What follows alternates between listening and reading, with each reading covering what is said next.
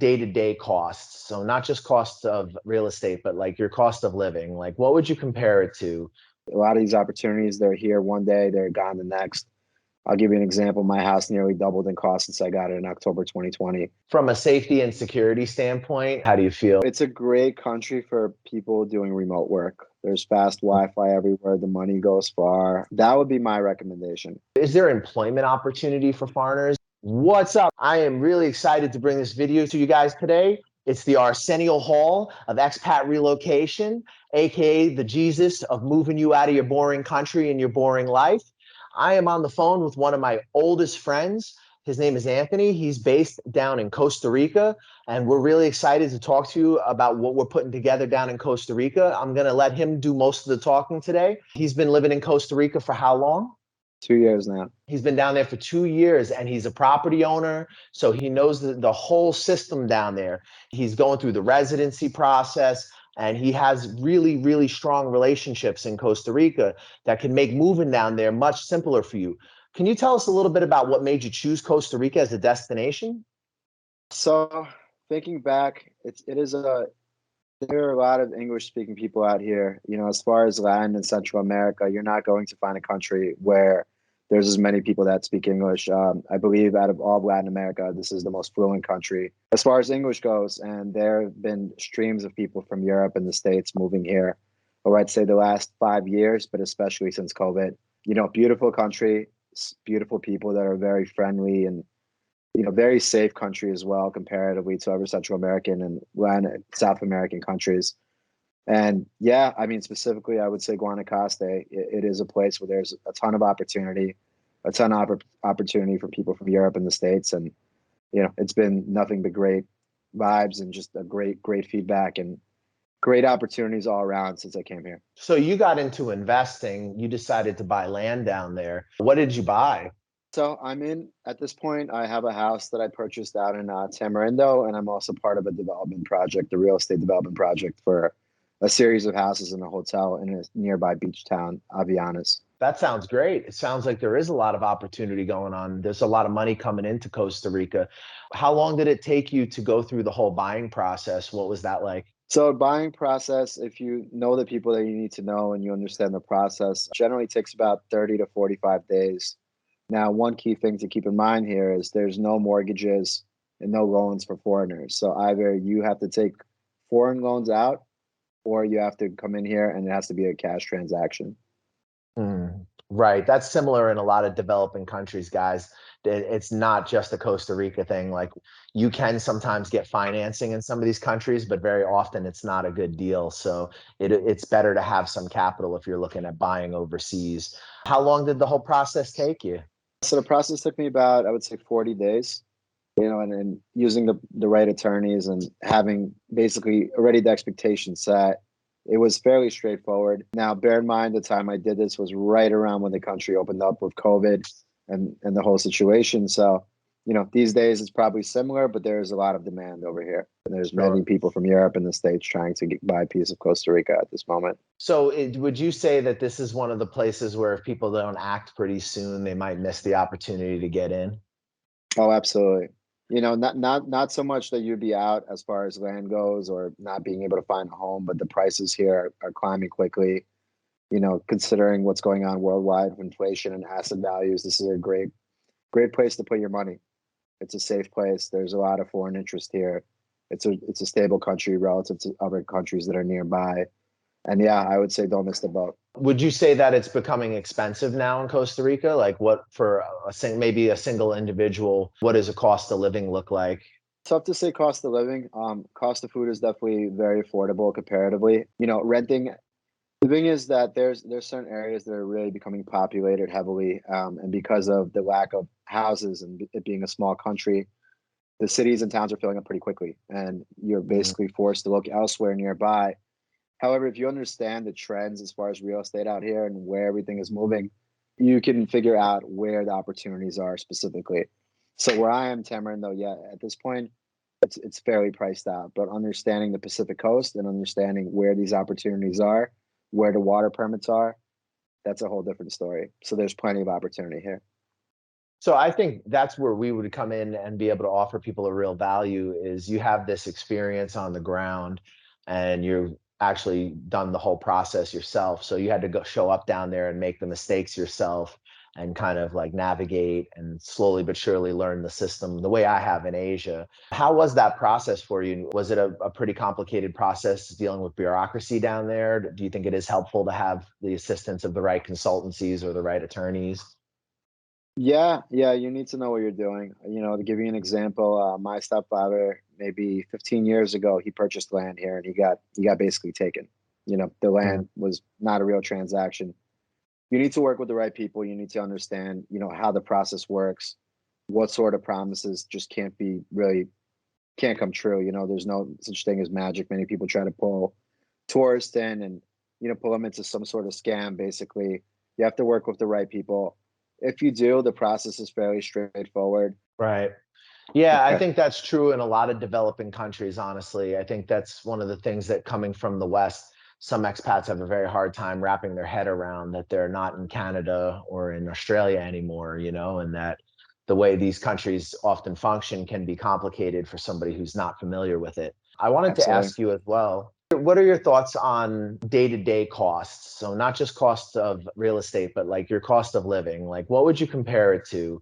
So I would say they're very comparable, maybe some Southeast Asian countries, maybe some other Latin Americans. The main thing here, depending on what you're looking for, whether it's to invest in real estate that's going to climb and business opportunities that are readily available here, or if your goal is to, get by on as little amount of money as possible, that'll really determine everything. So there are towns like the one I'm in where things are more expensive, but the opportunity is there. There's Mm. also towns where you could literally go 20 minutes away, and have a very, very low cost of living.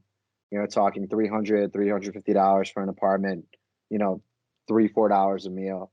So it's all relative, but the opportunities are here regardless of what exactly you're looking for. Yeah, it sounds kind of similar cost to here. In Phnom Penh, you can have something pretty cool for about 300 and eat a meal for maybe $3 to $4 a plate. Sometimes they have ones that are $2, but if you want to eat Western food, obviously you're going to be closer to $4 for a Western meal. Here, the nice thing about Southeast Asia is that there's no limit to how cheap it can become. I mean, you can find rooms for like $150 and you can eat Yeah, meals for 50 cents. It's just not necessarily what most expats would want to eat or live in. I imagine it's the same in Costa Rica. If you want to go to a local town, I'm sure you can get your cost of living much lower than a popular beach exactly. destination. Exactly. But there are many beaches here too that are really uncharted as far as tourists go, and the opportunities are there to not only live very cost effectively, but also live in a beautiful area. Of course, it's going to be less developed, transportation, things like that. But at the same time, you're going to be you'll be on a Pacific coast in paradise and living for a fraction of what you would have paid in a country like the United States. And do these places have towns where there's services available, things like that? Like, can people go and buy things at grocery stores, restaurants, and some of these more provincial places, or is it like they'd have to Absolutely. drive? So groceries, food is readily available. Now, if you're talking to buy products, to buy household goods outside of the basics, generally you go to a larger city nearby. So you would take a Mm. bus or you would take a collectivo, what basically that's a very cheap taxi cab here that multiple people ride in at once. So there's definitely ways. You just have to understand your way around. You have to understand what the locals look for, what to ask for, and especially what prices are legitimate and what prices are really complete ripoffs, but not might not seem that way to a foreigner from Europe or the States. Yeah, that's important to remember, guys. Like, I have a customer who just arrived in Cambodia and he from Canada and it's his first time outside of Canada and he's running around giving everybody $5 tips. And I had to kind of explain to him that even though that's a nice thing to do, it's probably not necessary and not necessarily expected by the locals either. So there will be a learning curve for people when it comes to culture, customs, things like that. Was that difficult for you to adjust to life in Costa Rica? I would say not really, only because I was lucky. I made a lot of business contacts. I made a lot of friends here, and I kind of was really taught the ways fairly quickly. To where I was able to settle in both from like a cultural standpoint and a business standpoint. So I would say at this point I have an understanding. There's still, of course, it's a situation where if you go out of town, maybe there's some different things that you might not expect, but Yeah, I mean, I would say it's fairly easy to settle in if you know the right people here, and you have the right people to guide you and give you the basic breakdown as far as the do's and don'ts of coming here and living here short term, long term. Well, that's where we come in. If you guys are interested in living in Costa Rica, you just get at me on the Facebook fan page or the Instagram or any of the many social medias that we put in the description below. And we'll link up with Anthony over here and we'll figure something out for your relocation. We'll get you guys set up. Because it sounds like it's a great country. I'm actually thinking about it myself. The only reason that I would be apprehensive is that it's a little bit of a difficult place to get in and out of. Because I do all my business in Southeast Asia, I'm kind of drawn to the Balkans more because it's kind of in the middle between Asia and Europe, you know. Mhm. But then at the same time, if World War III were to kick off, the Balkans is probably not the ideal destination. Where you're located Not will be ideal. nice, you know. Absolutely. You know, one of those keys, you want to be in a country that's very food rich. That's very important if things destabilize. And this is definitely a country that's very food rich. That makes sense. That's why I liked Albania so much. It's just food, endless amounts of food, and a small population. Cattle, farms everywhere. And there's cows outside my house, horses outside my house that pass by. And, you know, this country is growing tremendously too. There's two international airports, additional ones. There's two at this point. There's two more that are being built out over the next, I'd say 5 to 10 years. The one thing to keep in mind here is large infrastructure projects in Costa Rica do take a while. You know, Mhm. they call it Tico time here. So you get an Right. estimate, and that estimate is always short of what the actual time will be.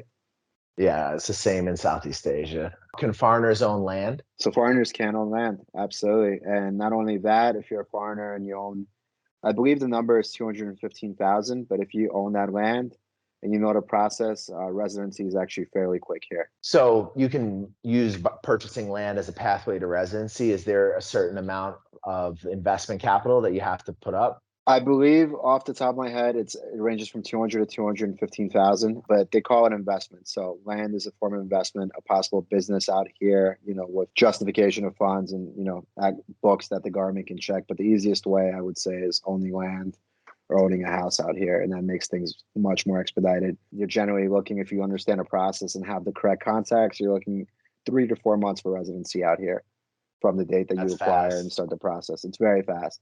Now, if you don't have that and you're going through a different process, I believe it can actually go up to 4 years or 6 years. What about residency through opening an LLC or sponsoring a business visa for yourself so you can live there long term? Is that a pathway also? That is a pathway, and Costa Rica's actually done a lot of things of late, especially since COVID. There's a reason why there's so many people coming here. I believe Business Insider might have been, you know, they ranked Costa Rica as the #2 country for foreign investment during COVID, and they're Mhm. offering digital nomad visas. There's a lot of various visa opportunities, and there's a lot of ways that you can basically come here and you can stay here for months, if not years, you know, without having to return to the country that you came from. There's just different processes here. And same goes for residency with non-property, non-investment. There's much more expedited routes you can take, but investments will bring you down the fastest route. You know, the country is Isn't actively looking for foreign investment. isn't that always the truth? Well, they want your money. That's the way the world goes around, right? If you're willing to bring in some capital, then you know the door swings wide open. But it sounds like they're fairly easy to work with because that's a reasonable, you know, investment capital. That's one of the things that's nice about South and Central America is that a lot of those countries there, foreigners can have hard titles and can own land. Whereas Hmm. here in Southeast Asia, Cambodia is one of the few countries where foreigners can have a hard title, but it's difficult to own land. And we often have to employ a partner company that acts as if their partner and then signs affidavits where the foreigner has control of the property, you know, but it's still like not quite your property. Whereas in Costa Rica, when Right. you own it, you own it.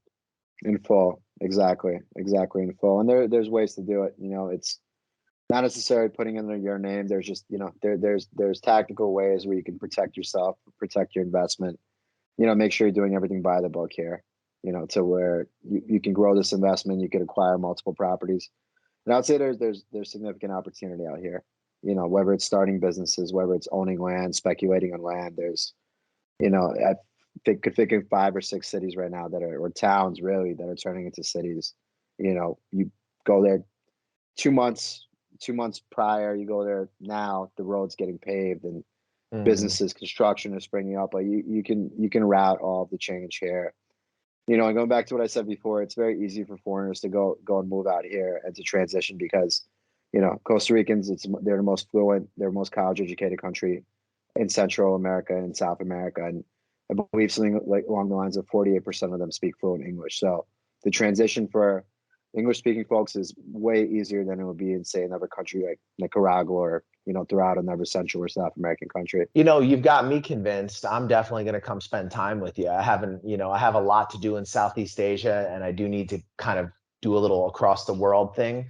But my plan was to go from here after I'm finished with Southeast Asia, kind of through India, through Central Asia, the Middle East, back to the Balkans, and then maybe come to see you from either Spain or Germany. I'm not sure, but I will definitely come and check it out. Is there employment opportunity for foreigners, or is it better for them to have capital when they arrive with like an investment plan or a business plan or?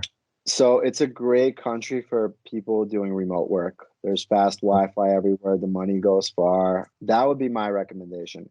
Now, as far as employment opportunities, there are, but you will be working off the books until you're a resident. And Right. that money is no good, to be transparent. But as far as business opportunities, you can start a business here for very, very cheap. There's many needs out here. You're seeing towns transformed overnight out here, 2 3 years. There's just a lot of investment coming, especially Guanacaste from Europe, from the States, Canada. So there's a ton of opportunity out here. My recommendation again would be remote work or get your residency and work that way. But really, this country is great for running a business out here or working remotely. And I would highly recommend it to anyone that's remote with their job. This is, it's paradise out here. The quality of life, and specifically where I live. So I live on the Nicoya Peninsula. It's one of the 5 blue zones in the world.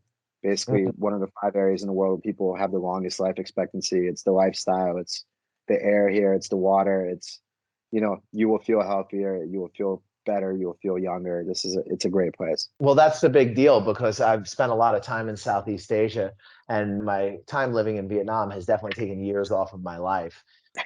You know, it's a polluted Asian megacity. I've had pneumonia there. I've been sick there a bunch of Mm, times. I ended up in the hospital a few times, and of course, there's also the daily risk of dying in traffic accidents.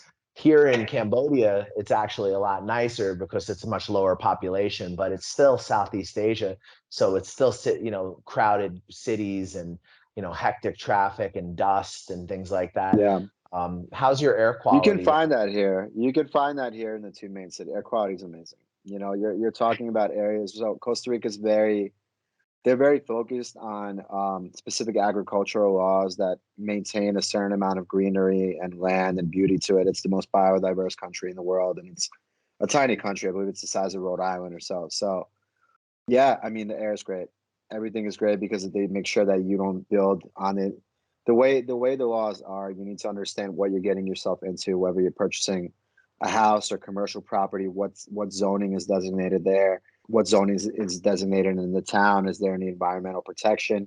There's many things to keep in mind, but you know what? That all boils down to very clean living, very, outside of the two main cities, San Jose and Liberia, it's a very clean lifestyle out here. And the air is great. I'm going back to New York in a month and I'm not happy about it. Yeah, that's crazy. Yeah, we're from the same hometown, and I've known Anthony here for many, many years, guys. So I don't think I trust anybody much more than I trust him, to be honest. So if you're working with us for Costa Rica, you're going to be working with one of my longest friends who I trust more than anything. So you're not in bad hands. Like, I would literally leave $100,000 at his house and not worry about it if, that's the kind of trust I have for this guy. So if you're really serious about coming to Costa Rica, give us a holler. And as you can see, it's about who you know, not what you know. You can have nice air, good lifestyle, affordable cost of living. You can own land. You can open a company. How is it for opening like small businesses? Like you said, the zoning can be a little bit strict. Here in Southeast Asia, that's Mhm. one of the main advantages is like you could turn your house into a hostel and no one's going to give a shit, like. So that sort of zoning, you're not really talking permits. It's more specific to nature, the nature around there and the agriculture. But it's definitely very doable. I have friends that have acquired businesses out here. I've had friends that have opened, construction projects, things of that sort, friends that have bought restaurants. So it's all very doable out here. You just have to know what you're doing. You have to know what you're doing. You have to know what to expect. You have to know what sort of paperwork to get to not get ripped off. what attorneys to use. That's very crucial as well. Having a good attorney is, can't overstate that enough. That's very important out here. From a safety and security standpoint, yeah, how do you feel? Because Central America Very often safe. you do. It's the They safest don't get. country. It's the safest country out here. It's the safest country, I believe, in Central and South America is Costa Rica. So it's Mm. extremely safe.